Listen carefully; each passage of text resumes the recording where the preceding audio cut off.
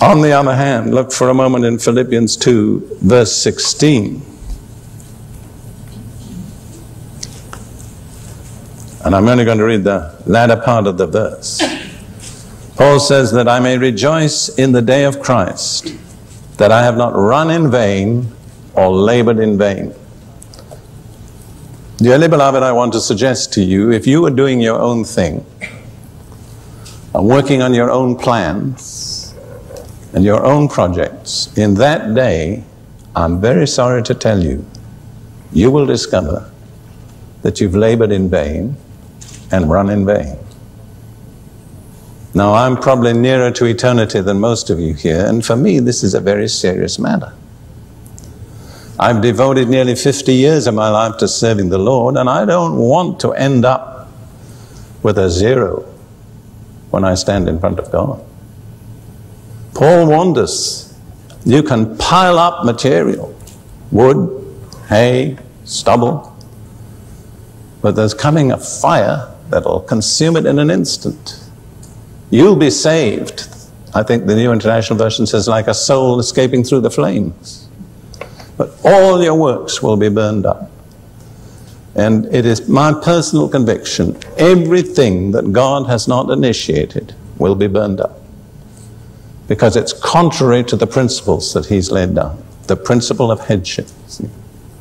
Now, in my loving and gracious way, let me ask you a few probing questions to round this off. Let's make some personal application. I think I mentioned before, for 5 years I trained teachers in Africa for African primary and intermediate schools. And they had to make a lesson plan and certain stages. But the end was application. Check that the children have really learnt the lesson. Oh, and I can remember so many of them, my poor student teachers, they failed on the application. Just forgive me for a moment, it's so vivid to me, but I remember a young man, he was teaching a lesson on sanitation, to give it a very respectable title. Or, as they call it, the Kenya long drop. And he had a beautiful lesson plan and wonderful diagram on the board. And when he finished, he stood there with his arms folded, waiting for me to approve. But I tiptoed around the class and I looked at what the children had got in their exercise books. It didn't have any relationship to what he had on the board. So I had to deflate him. Say, you taught all right, but they learned nothing. So, let's have the application, shall we, for a little while. I'm going to ask you a series of questions. How much has God really initiated in your individual life? Just mentally run over the things you're involved in right now. The things you're giving your time and strength and ability to, and say, has God initiated those? Let me give you a thought from Psalm 1. Many of you are familiar with the beautiful words of Psalm 1. Blessed is the man who does not walk in the counsel of the ungodly, nor stand in the way of sinners, nor sit in the seat of the scornful. But his delight is in the law of the Lord, and in his law he meditates day and night. He shall be like a tree planted by the rivers of water, that brings forth his fruit in season. His leaf will not wither, and, listen, whatever he does will prosper. That's an unconditional promise of success.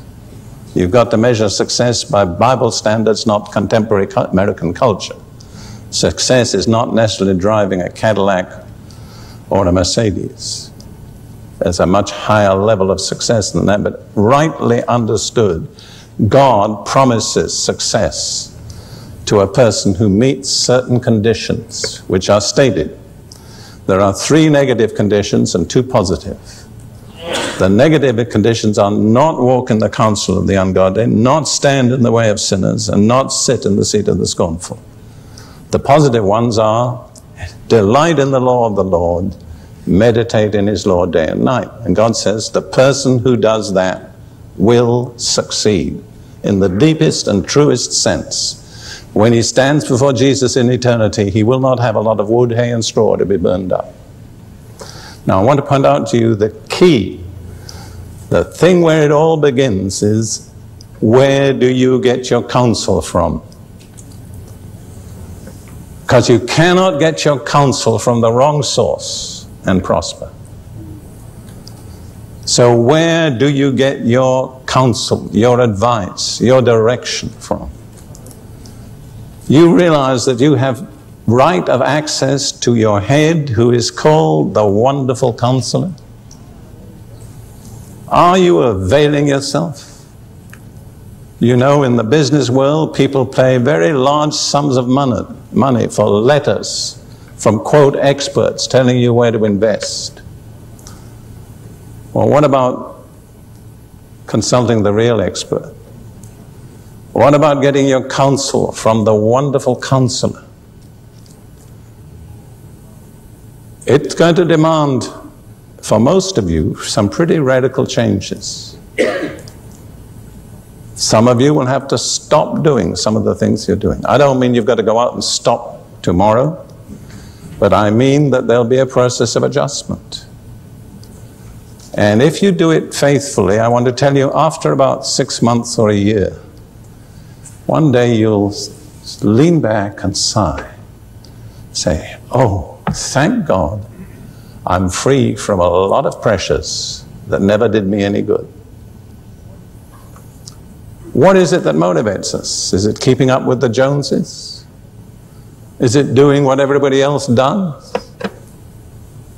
You look at the people around you, most of them are not happy. The people that don't know the Lord. In Israel, I'd have to say, you see very few happy people. When Ruth and I walk down the street in Jerusalem, just looking ourselves, people turn around and look at us, because they're not used to seeing happy people. Why do I say that? What I mean is, their counsel isn't doing them much good. Don't follow them. You've got access to a much better source.